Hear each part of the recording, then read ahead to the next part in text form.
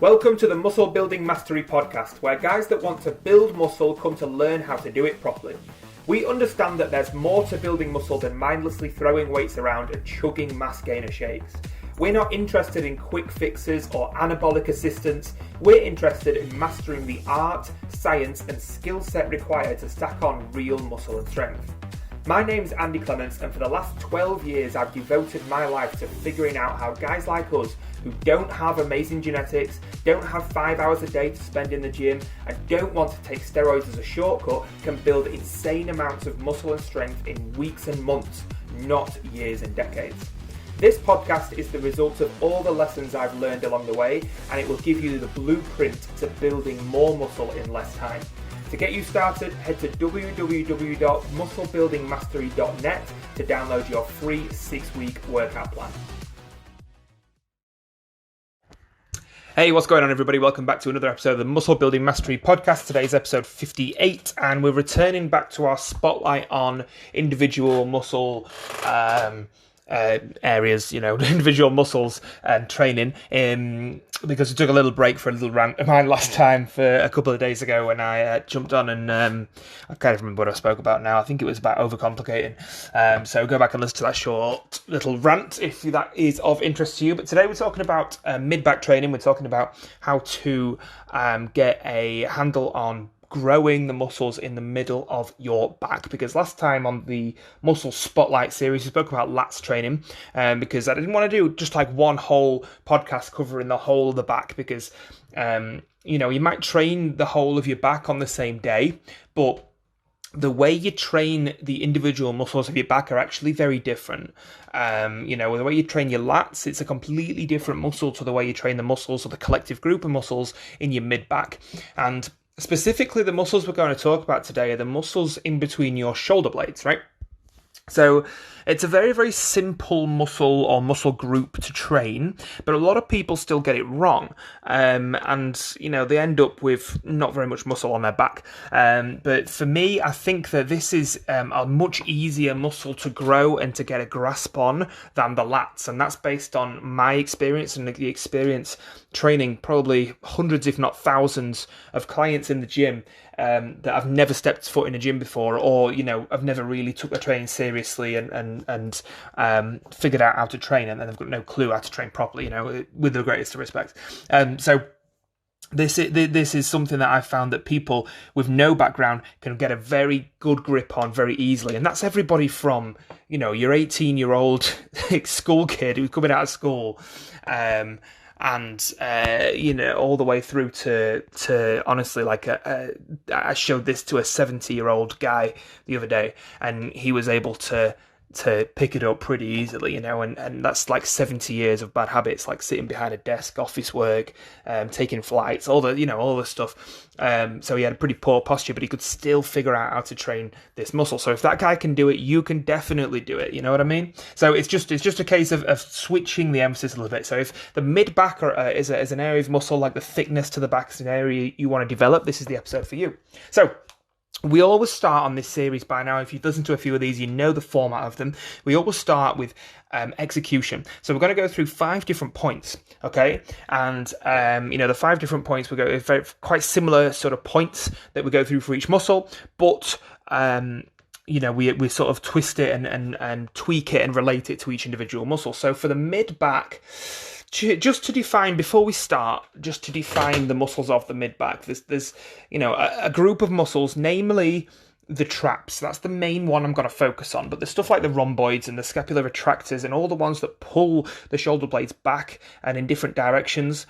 That's essentially the muscles we're talking about here. But the one I'm going to probably refer to the most here is the traps, okay, the trapezius muscle. Now, the trapezius runs, you probably, when you think about the traps, you probably think about the ones that are kind of like situated on your neck, right? Either side of your neck. The ones that you do shrugs with, That's probably what you think about when you think about the traps. But in actual fact, the traps, that's just the upper portion of the traps. The traps are kind of like a diamond shaped. If you go on Google Images while you're listening to this, and you look at an anatomical picture of the traps, they're kind of like a diamond shaped sort of fan muscle, right? And the upper traps are as you would expect them to be on the upper part of the back of the body there. but they kind of fan down and they come either side of the spine and they run kind of right down almost towards the lower back, right? And so there's three different areas of the traps. Even though they're one muscle, there's three different areas of the traps that perform three very separate movements. Now, they all involve movements of the shoulder blades, right? So the scapula, the shoulder blades, the same thing, just the scientific sort of name, the scapula. So we'll call them shoulder blades for simplicity. So the different areas of the traps perform three different movements. There's the upper traps, the mid traps, and the lower traps, okay? So the upper traps, everybody knows the function of the upper traps. The upper traps elevate the shoulder blades, okay? This is what you do when you stand doing dumbbell shrugs or barbell shrugs or whatever it is, where you pull your shoulders up towards your ears and you squeeze the muscles sort of in between your shoulders and your neck, which are your upper traps, right? That's the way that you train your upper traps, or one of the ways you train your upper traps, by elevating your shoulder blades. But there's the two other areas that most people miss that actually are more responsible in the upper traps for creating that thickness to the back, and that's the mid traps and the lower traps.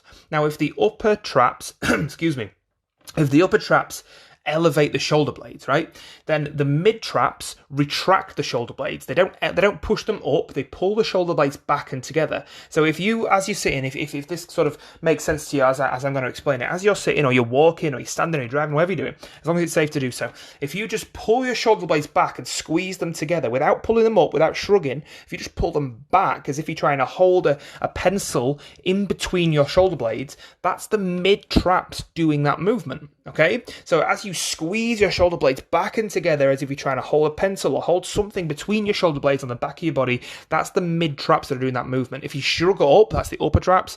If you pull back and retract the shoulder blades, that's the mid traps. And they are the portion of the traps, a portion of the muscles on your back that are most responsible for creating that thickness and that density to your mid back, okay? So that's a really important point. The mid traps pull the shoulder blades back. So that can tell you a lot about the focus of what you want to be doing when you're doing any kind of rowing movement to build the mid back. Now, there's another area of the traps that we've not quite covered, and we're not going to go too far into these because this isn't a massively important part in building thickness and density, but it is an important part in sort of injury prevention and balancing yourself out biomechanically, and that's the lower traps. And again, this is all the same muscle, all that diamond-shaped muscle, and again, you can search it on Google Images and have a look at the anatomy of it for yourself. And in fact, I've not spoke about this before, but if you want to train a muscle and it's weak, I'd actually advise you to put it in on Google Images and look at like an anatomical diagram of that muscle, because the direction of the muscle fibers will be on there, the attachment points will be on there, the origin, the insertion, all the stuff I talk about in this podcast will be a visual representation. That's how I used to, when I was first sort of trying to figure all this game out, I've still got it in my bedroom, right? I've still got a big poster of like the muscular system. So I could literally look at each of us, anything I was struggling to figure out, I could study this poster, which I know is really geeky and nerdy, right? But I could study this poster and I could look at where's the attachment point, which direction do the muscle fibers go, and then I could sort of make mental notes about that in my mind. And then the next time I was in the gym, either myself or with a client, I could try and implement that. So that's definitely something I would recommend, just as sort of an offshoot and a tangent to that. Mini sort of piece of advice there is to check out just an image, just Google image of the muscle you're trying to train. It'll be highlighted and you'll be able to see the direction of the muscle fibers and where it runs from. So going back to lower traps. So lower traps are the third and final part of the traps, right? And the function of these, as you might have guessed, the upper traps elevate the shoulder blades, the mid traps retract and pull back and squeeze together the shoulder blades, and the lower traps depress the shoulder blades. That means push the shoulder blades down. So it's the opposite movement to a shrug. So while the upper traps will shrug the shoulders up, the lower traps will pull the shoulders down, okay? Which is a really, really important part, because a lot of people who overtrain their upper traps create an imbalance between the upper and lower traps, and that's why they end up with sort of biomechanical imbalances, and they end up with shoulder injuries ultimately. Okay, so a lot of sort of people who come to me with shoulder injuries, I often get them doing lower trap exercises, which are essentially a way of loading the movement of pulling the shoulder blades down. So it's like the opposite to a shrug. So that's a basic overview of the muscles we're talking about here. Again, there's other muscles like rhomboids and things like that, but I'm mainly going to refer to the traps. So I'm just going to call them mid-back, but that's an overview of what I mean by mid-back.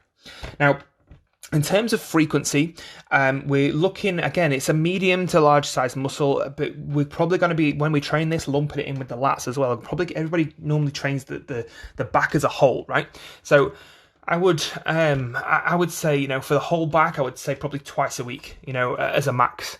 You could do, a couple of back sessions a week, or a couple of upper body sessions a week where you do both mid-back and width or lat-based work. So that's the first 2 points. Now, the third point I normally talk about with all the other muscles is the strength curve. Now, I'm not going to go into what the strength curve is today. You can listen to any number of the other mini-series on the Spotlight training to discover what that is. The reason I'm not going to go into what that is today is because I don't think it's quite as important with the mid-back, because there's not as much to it, right? And I don't think it really needs to be explained this time. I think the only thing we need to worry about with the whole strength curve side of things is just make sure that when you do any kind of row movement, which essentially is the main movement you're going to do to build your mid-back, it's going to be a row, whether it's a bent over row or a T-bar row or a cable row or an inclined dumbbell row or a bent over dumbbell row or a machine row, any kind of row like that, right? You're going to be needing to reach a full range of motion in every single rep, okay? Now that means a full, what's called protraction of the shoulder blades, which means pushing your shoulder blades forward. So if you, without, flexing your spine, without slouching over, if you push your arms out in front of you and push your shoulder forward, you'll be able to feel, or both shoulders forward, you'll be able to feel your shoulder blades separating, right, and pushing forward. That's a protraction of the shoulder blades. And essentially what that does is it stretches and lengthens the muscles of your mid-back, the mid-traps, the rhomboids, the scapular retractors. It lengthens them, okay? And that's important because you need to get a full range of motion on every rep. But what you don't want to do is, as you push them shoulders forward, you don't want to allow your spine to start flexing. You don't want to allow your, called the thoracic part of your spine, which is your upper back, the spine, you don't want to allow that to slouch. You want to keep that nice and proud, but you want to push your shoulders forward to allow the mid-back area to stretch out at the bottom of each rep, the bottom of each row movement, okay? I'll probably do a YouTube video on this as well, actually, because it's quite a sort of technical thing to explain. But anyway, and then what I would also do is I'd cue the movement, the way up of the movement, like the rowing portion of the movement, with a retraction of the shoulder blades. So before you begin to pull the weight with your hands, the first thing that I always cue my clients to do, and the first thing that I always cue myself to do when I'm doing this movement as well, is to pull the shoulder blades back without pulling the arms, without pulling the weights, okay? So as you're in that protracted, that shoulders pushed forward, that lengthened position, you then start the movement by pushing your shoulder blades back, like almost screwing your shoulder blades back into the sockets. And then as you start rowing, you start pulling your elbows through. The whole thing is to squeeze the shoulder blades harder and harder and harder the closer you get to the top of that movement. And when you reach the very top of that movement, the shoulder blades should be really squeezed together. Like there's no space, and they're contracting as hard as they possibly can. There's no space between the shoulder blades at the top. So that's as much as I'm going to say. I'm not going to talk specifically about the strength curve, but I'm just going to make a point of the full range of motion, how important it is to reach the stretch and the contraction without moving the spine. Okay, so there's 2 more points to cover on mid-back. So the first thing is the same as all the others, load, okay? So, in relation to the rowing movements, as long as your form is on point, then you need to be still progressing the weights sort of week on week or month on month or over a course of time. Keep progressing the load as long as you can keep that form on point. Now, it doesn't always have to be an increase in load, it can be an increase in reps and all that sort of stuff, but there does need to be an element of progression like there does across every muscle. So I'll make a point of that, but I've rattled on about that long enough on this podcast, based both on this mini-series and on the rest of the Muscle Building Mastery podcast. So if you want to know more about that, listen to pretty much any other episode. But yeah, definitely load and progress the load over the course of time. So the fifth and final point I want to talk about, and this is quite an interesting one that not many people probably would think about in terms of the mid-back development, especially between the shoulder blades, as an extra sort of density tip. But I think this is one of the things that's brought on my mid-back as much as anything else. Now, all the stuff I've spoke about for me personally and for clients and stuff like that have definitely helped, and has definitely brought my my mid back and my whole sort of back of my body on leaps and bounds. But when I started incorporating this, it was sort of a bit of a game changer for me, right? And I started noticing big growth and just like a different look to my whole back of my body, like a bit of more of a density that had never been there before. And that is essentially big heavy pulls, right? So heavy deadlifts, heavy rack pulls, heavy RDLs, heavy squats even, heavy bent over rows. These aren't involving a movement of the shoulder blades. In fact, you need to avoid a movement of the shoulder blades in order to do them properly. But they are involving what's called an isometric or static hold on the mid-back, right? So you have to sort of stabilize the mid-back in an isometric sort of contracted position in order to be able to be safe and to do the movement properly. And that puts tension through there. The other thing is you can load up these movements like the deadlifts and the rack pulls and the RDLs and all the different movements like that, a hell of a lot more than you can load up like a seated cable row or incline dumbbell row or whatever. And don't get me wrong, you can still put some load through the mid-back on those movements, but on the heavy pulls, they are the ones that just you're going to put so much load through the whole back of your body. Like if there's any area of the back of your body that's struggling, even if it's lats, mid-back, lower back, the erectors that run either side all the way up the either side of your spine, glutes, hamstrings, even calves, to be perfectly honest, the first thing I would say to put in there is a heavy pulling movement. I would say put in a deadlift, a sumo deadlift, maybe a rack pull, an RDL, one of those movements once a week, and start progressing your weight. Now, obviously, the same thing applies to all the other things we spoke about, which is nail your form. Get your execution right first. Study the form. There's loads of stuff that I've got out there you can look through on YouTube and the sort of courses and stuff like that, or you can just get in touch with me personally and I'll talk you through it. But make sure the form's on point, and once the form's on point and you've got good confidence with that, then start progressing the movement, and that'll probably be the best thing that you could do for your mid-back density, because those things really, really are the best way to start putting load through the back of your body, and they'll bring the back half, your entire back half of your body on leaps and bounds. So that's it. That's the 5 points I've got for you today on mid-back training. I hope that was useful. If it was, drop me a little review on Apple, iTunes, Spotify, Google Podcasts, whatever floats your boat, that kind of stuff. It really, really helps. And if this was useful, just take a little screenshot on your phone for me. If you like, you don't have to do it, but it'd be really helpful if you did. Take a little screenshot of your phone, pop it on your Instagram story or your Instagram feed or your Facebook feed, or send it to a friend or something like that. And let's get the word out there about this podcast, because I'm trying to put as much good information out there to help you guys build muscle and strength, lose body fat, increase your level of fitness and health and all that sort of good stuff as I possibly can. So I hope that was useful, guys. The other thing, one thing, I've just been thinking about this last sort of 5 minutes before I started this podcast. I'm thinking about doing something like a bit like of a 10-day kickstart to help people sort of get started with all this kind of stuff I talk about on the podcast, and sort of lead people and get them a bit of momentum going. So if that's something that you'd be interested in, drop me a message at AndyClements01 on Instagram. Let me know what kind of thing that would help you out most. And I hope you enjoyed this, and I'll speak to you next time, guys, on the Muscle Building Mastery podcast. If you're ready to stop wasting time in the gym and start mastering the skill of muscle building, go check out www.musclebuildingmastery.net to download your free 6-week muscle building workout plan. I have specifically formulated this workout plan to take you through the 3 stages of mastering your body, layering on a more advanced training methodology each week as you progress. That means that regardless of where you are with your training right now, this plan will push you forward and help you stack on more muscle and strength in just 6 weeks. So head to www.musclebuildingmastery.net now to grab your free 6-week workout plan.